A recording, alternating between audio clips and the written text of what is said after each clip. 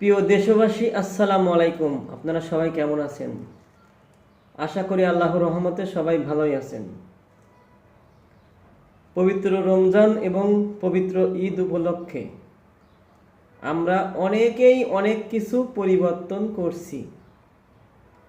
যেমন কেউ মোবাইলের কভার, কেউ ঘরের আসবাবপত্র, এবং আর অনেকেই আছে নিজের ব্যস্ততা, ঘর সাজানো, আবার সবাই মিলে কাপড় চোপড় এবং জুতা স্যান্ডেল যেটাই বলি সেটাকে পরিবর্তন করে নতুন করে আবার ঈদ এবং পবিত্র রমজান উপলক্ষে সেটাকে চেঞ্জ করছি।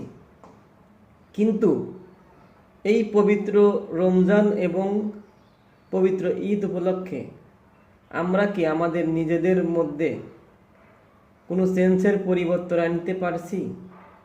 আসুন আমরা আল্লাহকে ডাকি, আমরা ঈমান আনি, আমরা নিজেরা নিজেদেরকে পরিবর্তন করি।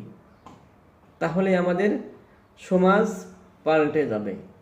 সমাজ পাল্টানো শুধু ঘরের আসবাবপত্র এবং মোবাইলের কভার, নিজের কাপড় চোপড় পরিধান করলেই সমাজ পাল্টে না।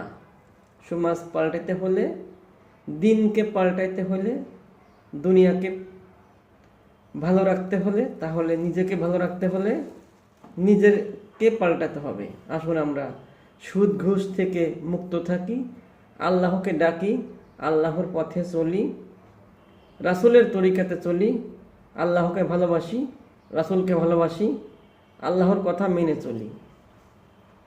কাপড় চোপড় এবং সব কিছু দিয়েই সমাজ পাল্টানো যায় না। আসুন আমরা আল্লাহকে চিনি, আল্লাহকে ভালোবাসি। সবাই আমার জন্য দোয়া করবেন। আসসালামু আলাইকুম রহমতুল্লাহ।